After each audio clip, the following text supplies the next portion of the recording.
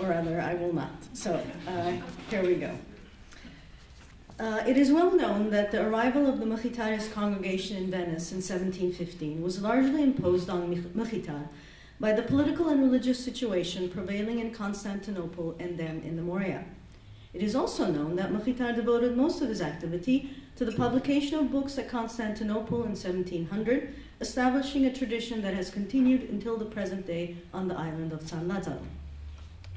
The official biographies tell us nothing serious about the origins of this early order, while historians emphasize the decisive role played by the Mkhitarists in the Armenian Renaissance of the 18th and 19th centuries. The personality of Mkhitar is so important that it seems to have relegated to oblivion its precursors of the 17th century, whose past experiences have largely inspired its pragmatic approach. Like them, Mkhitar, the monk of Venice, soon realized what part he could derive from the use of typographic techniques to diffuse enlightenment in the Armenian environment. Like them, he realized that an Armenian revival would be possible only by drawing from the national past while opening up society to the teachings of the triumphant West. It was by observing the past disappointments of earlier printers that he thought that he was excluded from considering carrying on his activities in Italy permanently without entering into the bosom of the Catholic Church.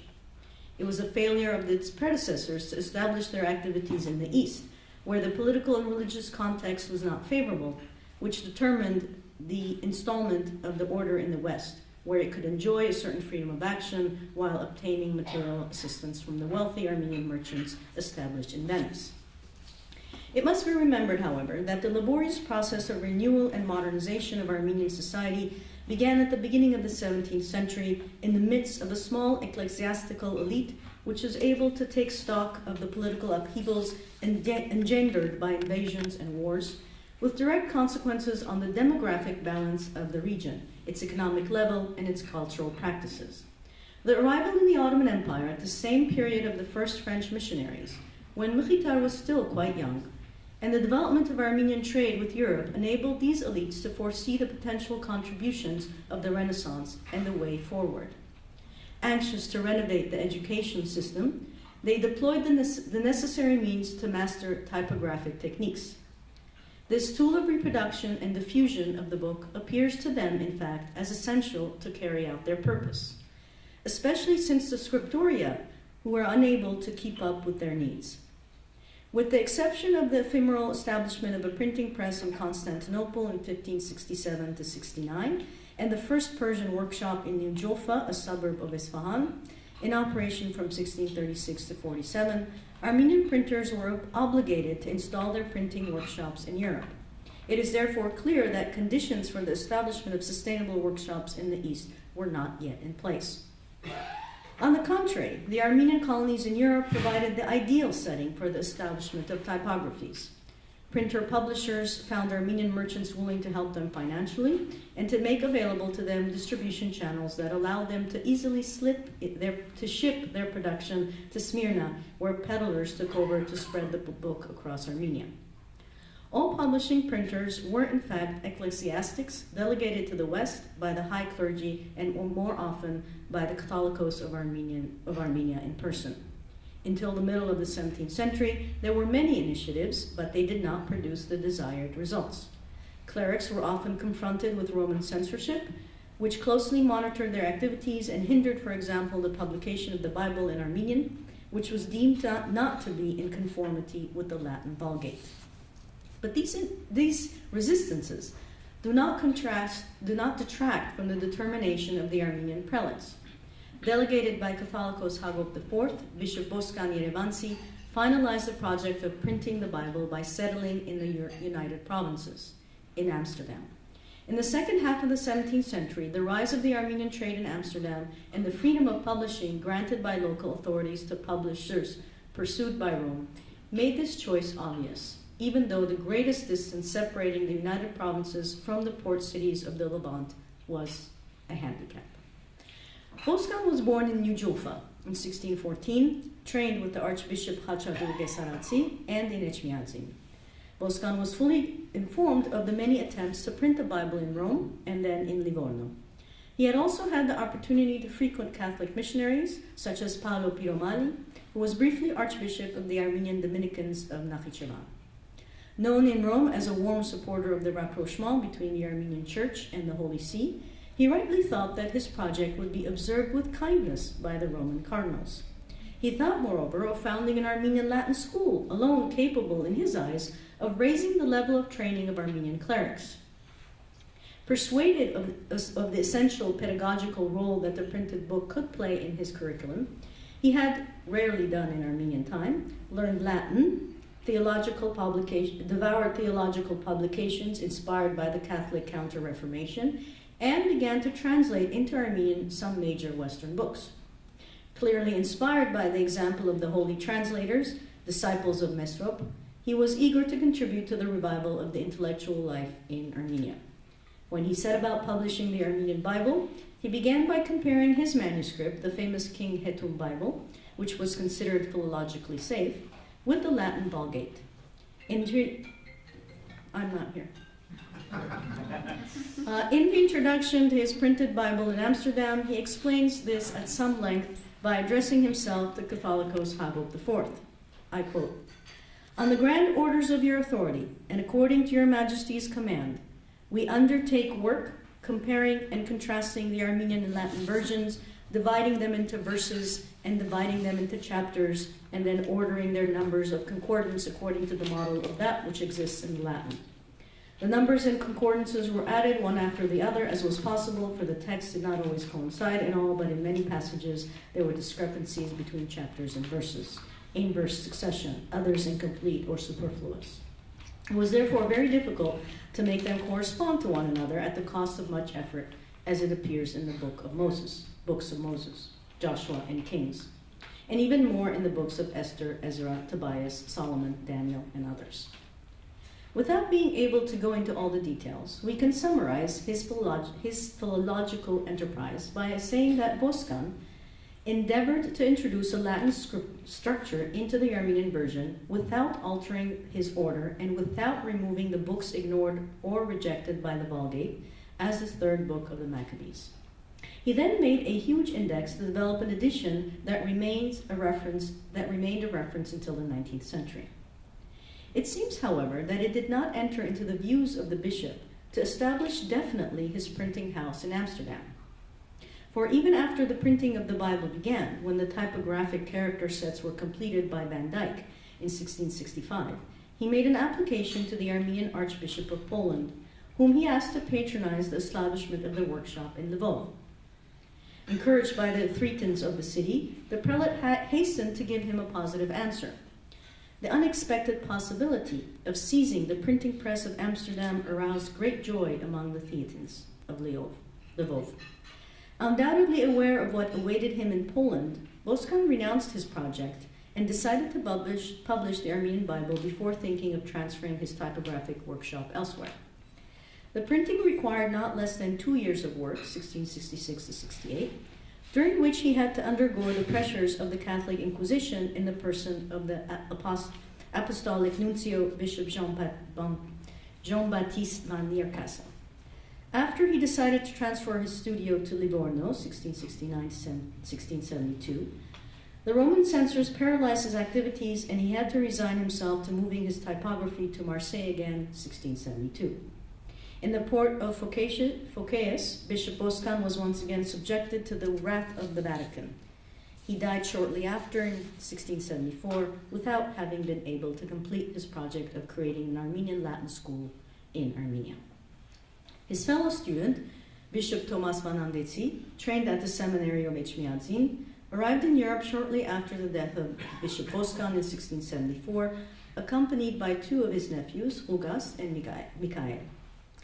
Following his predecessor, he watched over the formation of his protégés, the first in philosophy and theology, the second in medicine, while his cousin Mateos was introduced to the art of printing with the successor of Boscan Yerevansi. In 1685, scarred by the painful experience of their forerunner, the Vanandetsi family decided to install its typography in Amsterdam, where it continued until 1718 to publish books on history, philosophy, science, commerce and of geography, as well as the first Armenian planisphere. This was a further step on the path traced by Boscan Yerevanci and his fellow Thomas to the foundation of modern education in Armenia. Established in Constantinople, with his first disciples as early as 1700, Mkhitar of Sebastia, as we have said, occupied himself with the publication of Armenian works, even though the relations between the Patriarchate and the Armenian circles close to the Jesuit missionaries, Capuchins, were strained. Mkhitar was collaborating with a topography founded by Boscan Yerevanci that had been transferred from Marseille to Constantinople in 1695 and had since become the center of the Catholic Party.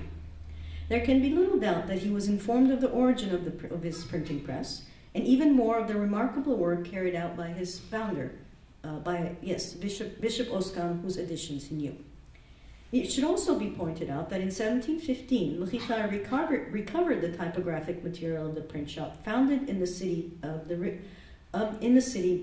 Sherimanians in 1686, as evidenced by the sets of letters and engravings used by them today, still preserved on the island of San Lazzaro. Finally, it can be noted that almost 30 years later, in 1728, Mkhitar recovered the typographical characters of the Banandetsi family, which had remained in pledge with a Dutchman in Amsterdam to enrich his varieties of characters. These few indications clearly show the connection between the Armenian typographers of the 17th century and the abbot, at least for all that relates to the art of printing. But it seems that this filiation has not been summed up solely in the technical aspect. Mkhitar was not unaware of the difficulties encountered by Boscan Yerevanci in his undertakings in the face of a formidable Roman censorship, even though this prelate was considered to have Catholic sympathies. He was probably unaware that Boscan and Thomas had a common plan for the establishment of an Armenian Latin school in the East, and that they had made great efforts to train young people to print the works indispensable to their ambitions and their typographical skills. It is also possible to imagine that Mkhitar was informed of the presence in Venice of some wealthy Armenian families who could help him in his enterprise. By establishing himself there, he only extended the Armenian typographic tradition of Venice dating back to 1511, which saw 7 printers succeed each other in the city until the end of the 17th century. There are many elements which demonstrate that Mkhitar knew, first of all, how to draw the lessons of at least partial failures recorded by the 2 bishops. He succeeded in founding a school, practicing a synthesis between the Armenian tradition and the teachings of the West, but choosing to establish in Venice, while at the same time considering to place its order under the authority of the Vatican. In the editorial field, he continued on the path traced by his predecessors, publishing translations of European works and essential works intended for Armenia. Thanks to the archives kept in San Lazzaro, and in particular the correspondence of the Abbot Mkhitar, one can follow almost day by day the way in which a Mkhitarist edition was being prepared and realized. It also contains information that is more directly related to the economics of books, such as the costs of composition, printing and binding, and book sale prices when it is distributed in the East. It should be pointed out in this regard that in this case it is the first case of editorial activities as well documented. The circulation figures are systematically recorded, and it is possible to follow over several years the evolution of the sale of an edition, which also allows us to get an idea of the most widely circulated and therefore the most popular works. The archives of San Lazzaro thus enable us to observe the formation of the distribution channels of the book, the networks of booksellers with which the congregation is in contact in Europe and the East, from Transylvania to Persia. The case of Sakis Konstantinopoltsetsi is particularly interesting in this respect. This is not in his paper. This bookseller, established in Constantinople, participated for nearly 10 years, from 1714 to 1724, in the financing of the Mkhitarist editions. In 1715, for example, Sakis and the Abbot Mkhitar joined in the publication of the abridged theology of Albert the Great.